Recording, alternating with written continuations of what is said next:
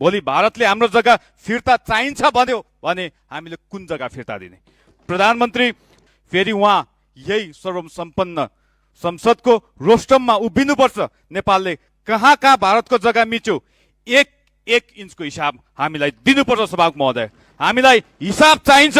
यो राष्ट्रिय स्वाभिमानको विषय, राष्ट्रिय सुरक्षाको विषय हो। अभिव्यक्ति बचाउन, प्रधानमन्त्रीज्यूको अभिव्यक्ति बचाउन परराष्ट्र मन्त्रालयले यस विषयलाई प्रधानमन्त्रीको अभिव्यक्ति क्रस बोर्डर अकुपेसनसँग सम्बन्धित छ भनेर भनेको छ। जमिन मिचेको विषय कसरी क्रस बोर्डर अकुपेसन हुन्छ, परराष्ट्र मन्त्रीज्यूलाई त्यति सामान्य ज्ञान त हुनुपर्ने हो। सभामुख महोदय, यसमा हाम्रो प्रश्न कुरा छ। रोस्टममा प्रधानमन्त्रीज्यूले दिनुभएको अभिव्यक्ति चरम अपरिपक्व र राष्ट्रिय हित विपरीत छ। यसले भारतसँग हामीले सीमा विवादको विषयमा तथ्य प्रमाण सहित हाम्रो भन्दै आएको दाबीलाई पनि कमजोर बनाउँछ। नेपाल पनि सीमा अतिक्रमणकारी हो भन्ने भाष्य विश्वमा स्थापित गरेको छ।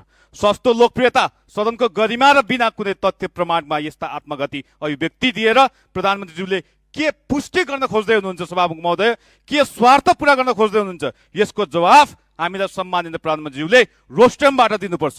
अनि मात्र सदनमा हामी सहकार्य गर्न सक्छौँ। हाम्रो राष्ट्रियतामा